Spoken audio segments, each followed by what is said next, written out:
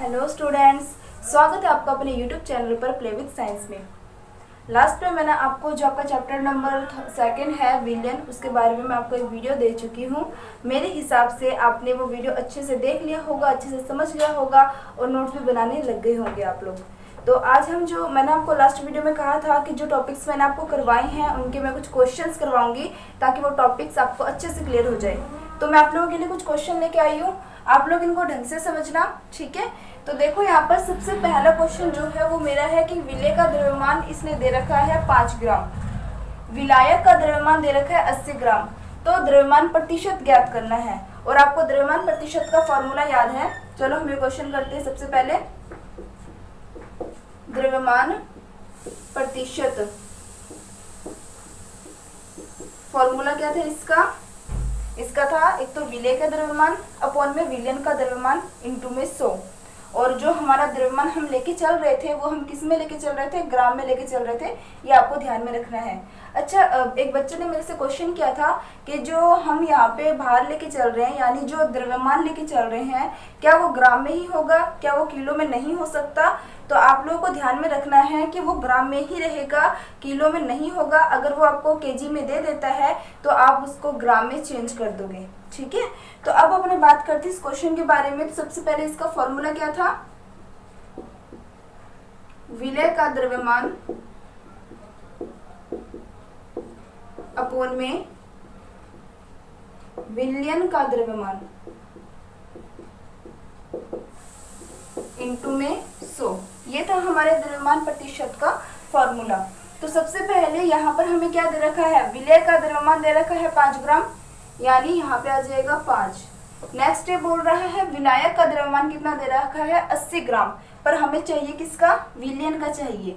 और आपको पता है कि विलयन कैसे बनता है, विलय प्लस विलायक से। विलय का द्रव्यमान आपको दे रखा है, विलायक का द्रव्यमान आपको दे रखा है, आपको विलयन का ज्ञात करना है। तो आप दोनों को क्या कर दोगे, प्लस कर दोगे यानी जोड़ दोगे। यानी अगर आपको विलयन का द्रव्यमान ज्ञात करना है तो कितना हो जाएगा, 5 + 80 = 85। ये किसका द्रव्यमान हो गया, आपका विलयन का। अब जो विलयन का द्रव्यमान है वो कहाँ जाएगा, अपॉन में जाएगा, इंटू में क्या हो जाएगा आपका 100। अब इसको आप सॉल्व कर लोगे, ये आपका क्वेश्चन हो जाएगा, ठीक है। अब उसके बाद अपने सेकंड क्वेश्चन की बात करें तो ये तो जस्ट आपको समझाने के लिए था, ये आपका अच्छा क्वेश्चन है, बिल्कुल इजी है। पहले बोल रहा है ये 15 ग्राम NaCl को 150 ग्राम जल में घोला गया है, तो NaCl का द्रव्यमान प्रतिशत ज्ञात करें। NaCl को, अब आपको पता है जिसको घोला जाता है वो हमारा किसकी तरह काम करता है, विलय की तरह, ठीक है। और जिसमें घोला जाता है वो हमारे किसकी तरह काम करता है, विलायक की तरह। अगर आपने क्वेश्चन के अंदर ये समझ लिया कि आपको विलय दे रखा है, विलायक दे रखा है या विलयन दे रखा है, अगर आपने ये चीज क्लियर कर ली ना तो आपके लिए क्वेश्चन अटेम्प्ट करना बहुत ही आसान रहेगा। तो सबसे पहली बात इसने क्या बोला है, 15 ग्राम NaCl को 150 ग्राम जल में घोला गया है, तो NaCl का द्रव्यमान प्रतिशत ज्ञात करें। तो ये क्वेश्चन अपने सॉल्व करते हैं। सबसे पहले इसने अपने को क्या बोला है, 15 ग्राम NaCl है। चलो भाई, NaCl आपका विलय है तो ये विलय की जगह आ गया। नेक्स्ट अपने बात करते हैं विलायक कितना है आपका 150 ग्राम, पर हमें फॉर्मूले में चाहिए क्या, विलयन का द्रव्यमान। तो विलयन का द्रव्यमान अगर हमें चाहिए तो हम इन दोनों को जोड़ देंगे, 150 प्लस आपका 15 कितना हो जाएगा, 165 हो जाएगा। अब ये 165 को अपने क्या करेंगे, इससे भाग दे देंगे और मल्टीप्लाई में आपका क्या आ जाएगा 100, ठीक है। और इसको आप सॉल्व करके आंसर कमेंट सेक्शन में बताओगे। यहाँ पे मैं जितने भी क्वेश्चन करवाऊंगी इन क्वेश्चनों का आंसर आप लोग कमेंट सेक्शन में मुझे कमेंट करके बताओगे, ताकि मुझे पता चल सके कि आप लोग अच्छे से पढ़ रहे हैं, क्वेश्चंस वगैरह सब सॉल्व कर रहे हैं, ठीक है। अब उसके बाद जो आपका 3rd नंबर क्वेश्चन है, आई थिंक ये दोनों क्वेश्चन समझ आ गए होंगे। अब जो हमारा 3rd नंबर वाला क्वेश्चन है वो क्या है, 20 ml एथेनॉल 160 ml जल में घुला हुआ है। अब देखो यहाँ पर ना ml चल रहा है, ml से आपको ध्यान लग गया होगा कि ये जो यहाँ पर ml है वो किसको बता रहा है, आयतन को बता रहा है। ये भी आयतन को शो कर रहा है और ये भी आयतन को शो कर रहा है। जब दोनों चीज आप आयतन में लेके चलोगे तो ऑब्वियस सी बात है इस क्वेश्चन के अंदर आयतन प्रतिशतता पूछी जाएगी, ठीक है।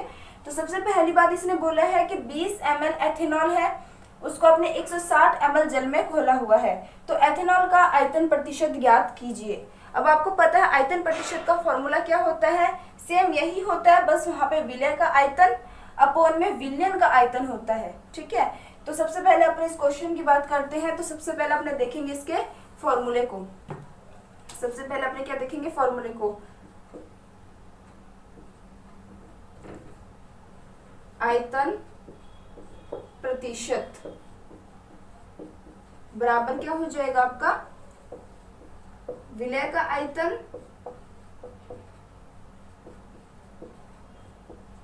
अपोन में विलयन का आयतन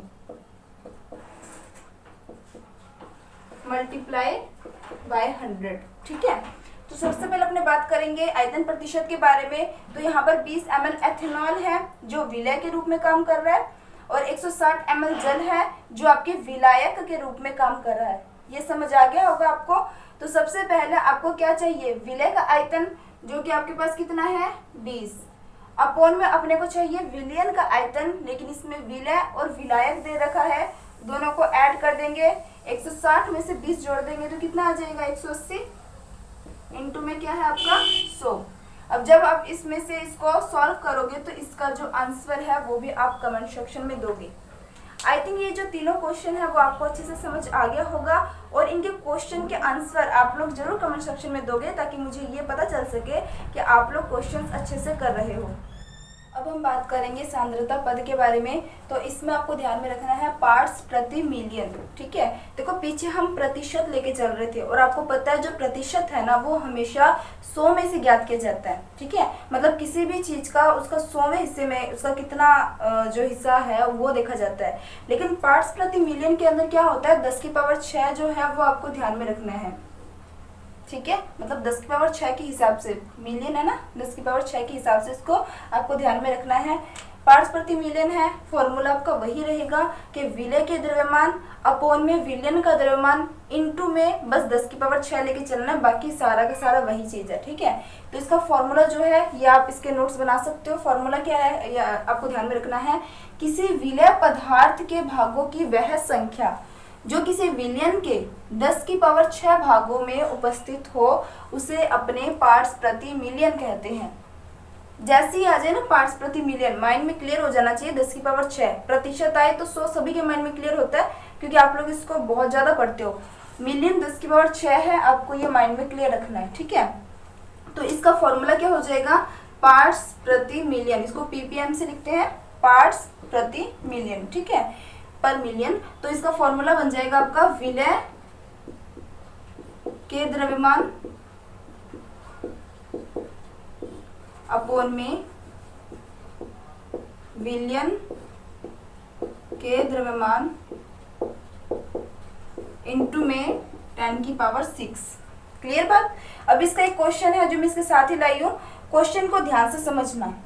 इसने बोला है कि समुद्री जल के प्रति किलोग्राम में 5.8 गुना 10 की पावर -3 ग्राम ऑक्सीजन घुली है। ऑक्सीजन की सांद्रता ppm में ज्ञात करें। फॉर्मूला आपको ध्यान लग गया, पार्ट्स प्रति मिलियन का पूछा है। अब देखो इसके अंदर समझने वाली बात है कि इसके अंदर आपका विलय क्या है, विलायक क्या है, विलयन क्या है। ठीक है, तो देखो सबसे पहले इसने बोला है कि समुद्री जल के प्रति किलोग्राम में, तो जल के प्रति किलोग्राम में यानी जो जल है उसके जल यानी मैं बोल सकती हूँ जो विलायक है उसकी द्रव्यमान, उसका जो द्रव्यमान है वो कितना दे रहा है, ये प्रति किलोग्राम यानी 1 kg लेके चलेंगे अपने इसको। ठीक है, दूसरी बात बोला इसने में 5.8 गुना 10 की पावर -3 ग्राम O2 घुली है, यानी अब ये जो घुली है वो क्या है, आपका विलय है। मेरे हिसाब से आपको क्लियर हो रहा होगा कि आपके पास विलय क्या है, ऑक्सीजन, और आपके पास विलायक क्या है, जल है। ठीक है, अब देखो यहाँ पे इसने क्या बोला है कि जल के प्रति किलोग्राम में, यानी अब इसने जो आपको द्रव्यमान दिया है वो केजी में दिया है। पीछे हम सब ग्राम में पढ़ रहे थे, लेकिन यहाँ पे क्या दे रहा है, किलोग्राम दे रहा है। तो आपको ध्यान में रखना है कि किलोग्राम को आपको किस में चेंज करना है, आपको ग्राम में चेंज करना है, ठीक है। तो जो आपका विलायक यानी जो जल का द्रव्यमान है, जल का जो आपका द्रव्यमान है वो कितना है,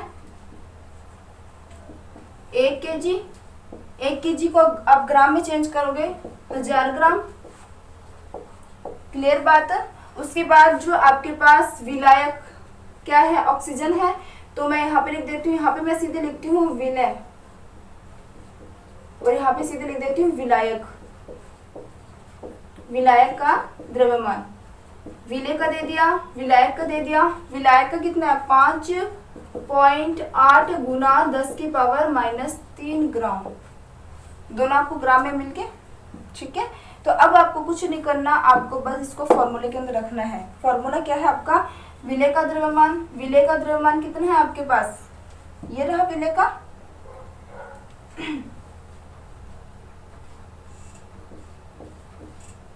इसको मैं सीधे ऐसे लिख सकती हूँ 10⁻³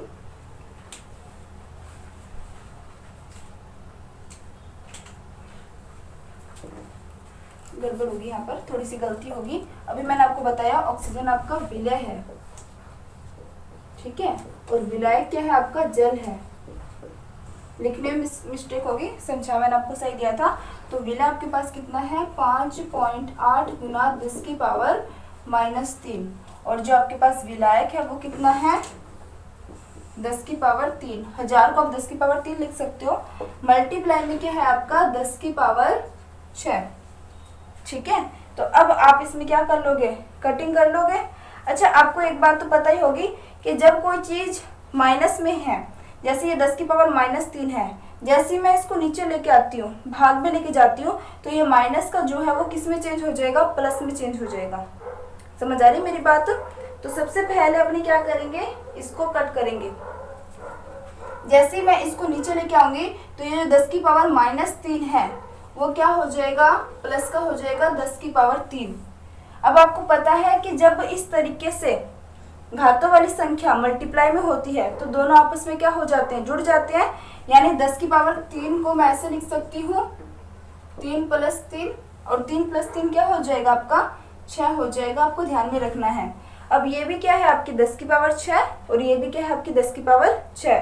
तो 10⁻6 से 10⁻6 क्या हो जाएगा, कट जाएगा। आपका आंसर जो बच जाता है वो इसके अंदर होगा 5.8। समझ आ रही है मेरी बात। तो मेरे हिसाब से यहाँ तक आपको समझ आ गया होगा। तो ये हो गया आपका आंसर। अगर फिर भी अभी तक मैंने जितने क्वेश्चन आपको करवा दिए हैं नहीं समझ आते हैं तो आप जरूर कमेंट कीजिएगा और पीछे वाले क्वेश्चनों के आंसर कमेंट सेक्शन में जरूर डालिएगा। अब हमारा जो टॉपिक है नेक्स्ट वो है मोल भिन्न या मोल अंश। ठीक है, तो मोल भिन्न या मोल अंश अगर हम ज्ञात करते हैं तो उसके लिए सबसे पहले आपको एक विलयन लेना होगा। ठीक है, तो सबसे पहले हम क्या लेते हैं, एक विलयन लेते हैं। मान लो कि कोई पात्र है, ठीक है, इस पात्र में आपने एक तो क्या डाला है, विलय के रूप में ए लिया है और विलायक के रूप में इसमें आपने क्या ले लिया, बी ले लिया। और दोनों को अगर आप मिक्स कर दोगे तो क्या बन जाएगा, आपका विलयन बन जाएगा।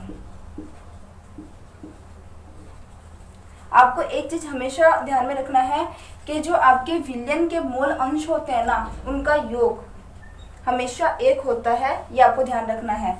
ए का जो मोल अंश होगा उसे अपने एक्स ए से लिखेंगे और जो बी का मोल अंश होगा उसे अपने एक्स बी से लिखेंगे और इसका योग हमेशा एक होगा, ये आपको ध्यान में रखना है।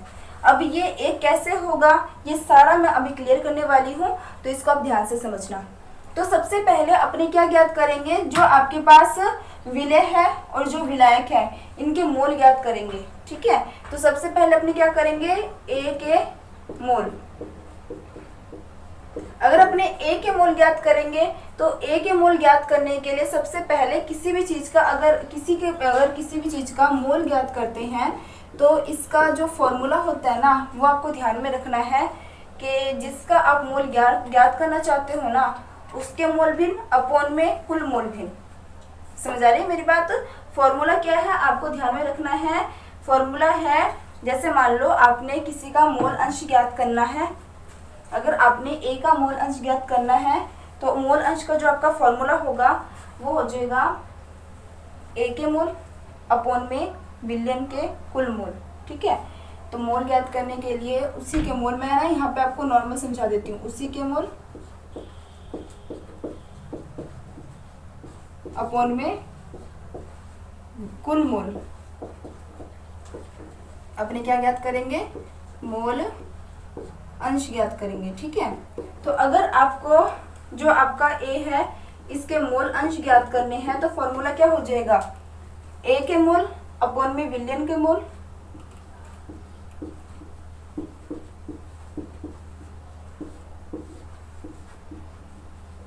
अपॉन में विलयन के मोल। ठीक है, तो देखो यहाँ पर अगर अपने ए के मोल की बात करें तो ए के मोल को शो करेंगे अपने, यहाँ पे लिख देती हूँ सबसे पहले, ए के मोल को अपने किससे शो करेंगे, एन ए से। बी के मोल को किससे शो करेंगे अपने, एन बी से।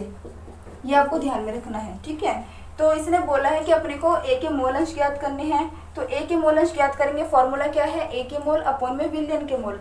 अब ए के मोल क्या है, एन ए, तो मैं यहाँ पे लिख देती हूँ एन ए अपॉन में विलयन के मोल। अगर अपने को ज्ञात करना है तो विलयन क्या होगा, ए और बी को मिलाकर बन रहा है, तो इसको मैं जोड़ दूंगी तभी विलयन के मोल बनेंगे, यानी n A plus N B. तो ये तो अपने किसका ज्ञात कर लिया, ए के मोल अंश अपनों ने ज्ञात कर लिया। अब अपने बात करेंगे बी के मोल अंश। इसको अपने एक्स ए से भी लिख सकते हैं और इसको अपने एक्स बी से भी लिख सकते हैं। ठीक है, तो अगर अपने को बी के मोल अंश ज्ञात करना है तो बी के मोल अंश का फॉर्मूला क्या हो जाएगा, बी के मोल अपॉन में विलयन के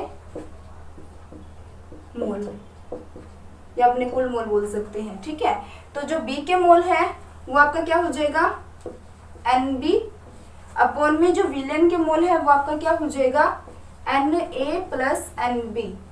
आई थिंक यहाँ तक आपको समझ आ गया होगा। अब अपने को क्या ज्ञात करना है, विलयन का मोल ज्ञात करना है, विलयन का मोल अंश ज्ञात करना है। किसका ज्ञात करना है, विलयन का मोल अंश। अगर आपको विलयन का मोल अंश ज्ञात करना है तो आप क्या करोगे, ए के मोल और बी के मोल को जोड़ दोगे, यानी मैं ऐसे लिख सकती हूँ x A plus X B. अब आपके पास एक्स ए क्या है, ये, और एक्स बी क्या है, ये। तो एक्स ए का जो फॉर्मूला बनाया आपने, क्या बनाया है, एन ए अपॉन में N A plus N B, और बी का क्या बनाया है आपने, प्लस में एन बी अपॉन में एन ए प्लस में एन बी। यहाँ तक समझ आ गया। नेक्स्ट जो आपका स्टेप है, आपको पता है इस तरीके से कभी भी क्वेश्चन आते हैं तो सबसे पहले आप क्या लेते हो, लघुत्तम लेते हो। इन दोनों का लघुत्तम क्या हो जाएगा, एन ए प्लस में एन बी। आपको पता है आगे क्या करोगे, जब इसको इससे भाग दे दोगे तो एक आ जाएगा, एक को इससे गुना कर दोगे तो क्या आ जाएगा, एन ए। नेक्स्ट जब इसको इससे भाग दे दोगे तो क्या आ जाएगा, एक, एक को इससे गुना करोगे तो क्या बन जाएगा, एन बी। अब आप देखोगे कि दोनों जो आपके पास भाग के जो आपके पास मान बचे हैं दोनों क्या है, सेम है। सेम है तो आपस में क्या हो जाएंगे, कैंसिल आउट हो जाएंगे, तो दोनों का आंसर क्या हो जाएगा, एक। ये हमने प्रूफ कर दिया। शुरुआत में मैंने आपको कहा था कि जब हम विलयन के मोल अंश की बात करेंगे तो उसका आंसर हमेशा एक आएगा, चाहे आपके पास कितने भी अमाउंट क्यों ना हो। आप हो सकता है कि आपने विलय के रूप में एक से ज़्यादा ले रखा हो, ठीक है, विलय के रूप में आपने कई सारी चीज़ें ले रखी है और उसको विलायक में मिलाओगे तो विलयन तो तभी बनेगा। मतलब मेरी बात समझो कि अगर विलयन के अंदर दो या दो से अधिक पदार्थ अगर आपने ले रखा है, मटेरियल अगर आपने ले रखा है, फिर भी विलयन का जो मोल अंश होगा ना उसका मान एक ही होगा। यानी मैं बोलना चाहती हूँ कि मान लो मैंने इसमें सी और मिला दिया, ठीक है, सी और मिला दिया मैंने इसके अंदर विलय के रूप में, विलयन तो तभी बनेगा। पर फर्क क्या हो जाएगा कि यहाँ पर जो हमारा विलयन का मोल अंश होगा वो क्या हो जाएगा, एक्स से plus X B plus X C होगा। इसका मान भी आपका एक के बराबर होगा, आपको ध्यान में रखना है, ठीक है।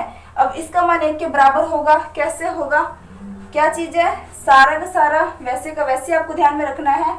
बस आपके पास सी एक्स्ट्रा आ गया। तो सबसे पहले आप क्या करोगे, सबसे पहले आप यहाँ पे क्या करोगे, सी के मोल ज्ञात करोगे। सी के मोल को आप किससे लिखोगे, एन सी से लिखोगे, क्योंकि हमने यहाँ पर अब सी ही ऐड कर लिया। तो अब अपने नेक्स्ट क्या करेंगे, सी के मोल अंश ज्ञात करेंगे। सी के मोल अंश ज्ञात करोगे तो क्या बन जाएंगे, फॉर्मूला बन जाएगा सी के मोल अपॉन में विलयन के मोल। अगर आप बात करते हो सी के मोल की, तो सी के मोल के लिए क्या फॉर्मूला बन जाएगा, एन। अच्छा हाँ, एक चीज और देखो, पीछे जो था ना हमारे पास विलयन के रूप में, उसमें सिर्फ हम ए और बी लेके चल रहे थे। अब जो हमारा विलयन बन रहा है उसमें हम ए भी लेके चल रहे हैं, बी भी लेके चल रहे हैं और सी भी लेके चल रहे हैं। तो एक चीज और आपको ध्यान में रखना है कि यहाँ पे विलयन के रूप में आपके पास एन सी और जुड़ जाएगा, क्योंकि विलयन के अंदर अब सी भी ऐड हो चुका है। तो यहाँ पर भी आपका क्या बन जाएगा, एन सी। क्लियर बात है। अगर अब हम सी के मोल अंश ज्ञात करेंगे तो सी के लिए क्या हो जाएगा, एन सी अपॉन में विलयन के कुल मोल ज्ञात करेंगे तो क्या हो जाएगा, n A plus N B plus N C. समझ आ गई बात। मेरे हिसाब से यहाँ तक वाला सारा समझ आ गया होगा आपको, ठीक है ना। क्योंकि पहले तो हम सिर्फ ए और बी लेके चल रहे थे विलयन में, अब हम सी भी लेके चल रहे हैं। तो विलयन के अगर हम कुल मोल ज्ञात करेंगे, ए बी सी तीनों ही आएगा। पहले ए के लिए ज्ञात किया तो ये बन गया, बी के लिए मोल अंश ज्ञात किया तो ये है, और अगर अपने सी के लिए मोल अंश ज्ञात करेंगे तो ये बन जाएगा। क्लियर बात। नेक्स्ट स्टेप देखते हैं अपने।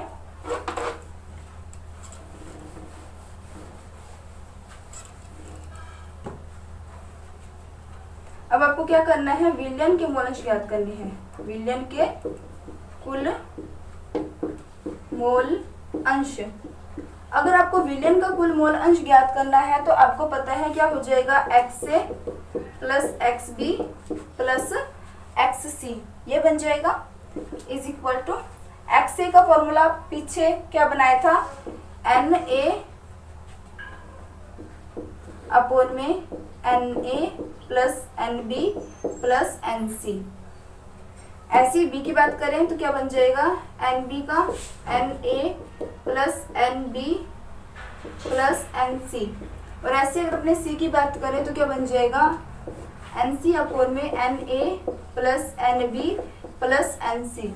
नेक्स्ट स्टेप आपको पता ही है, क्या लेंगे अपने, लघुत्तम लेंगे। लघुत्तम में क्या है, n A plus N B plus N C. वही इसके इससे भाग करेंगे, एक आ जाएगा, इसको इससे मल्टीप्लाई करेंगे, एन ए इसमें बन जाएगा एन बी और इसमें क्या बन जाएगा आपका एन सी। दोनों आपस में क्या हो जाएंगे, कैंसिल आउट, और जो आपका आंसर है वो क्या हो जाएगा, एक। मेरे हिसाब से अब आपको ये क्लियर हो गया होगा। चाहे आप विलयन के अंदर 2 लो पदार्थ, 3 लो या 4 लो या 5 लो, उनका जो टोटल मोल अंश होगा ना, जो भी मोल भी आप ज्ञात करोगे ना, वो हमेशा एक ही होगा। वो आपको ध्यान में रखना है। ये मैंने प्रूफ करके दिखा दिया। आप चाहो तो इसमें 4 भी आप खुद से करके देख सकते हो। ठीक है स्टूडेंट्स, आपको मेरी वीडियो जो है अच्छे से समझ आ गई होगी। तो अगर आपको वीडियो पसंद आती है तो लाइक शेयर करना, चैनल को सब्सक्राइब जरूर करना, और डाउट्स रह जाते हैं या फिर जो मैं क्वेश्चन पूछती हूँ उनको ज़रूर कमेंट करना। आप लोगों के लाइक शेयर से, कमेंट से मुझे मोटिवेशन मिलता है कि मैं आप लोगों के लिए ऐसे वीडियोस और लेके आऊँ। तो आप लोग अच्छे से पढ़ाई करें, नोट्स बनाएं। Thank you.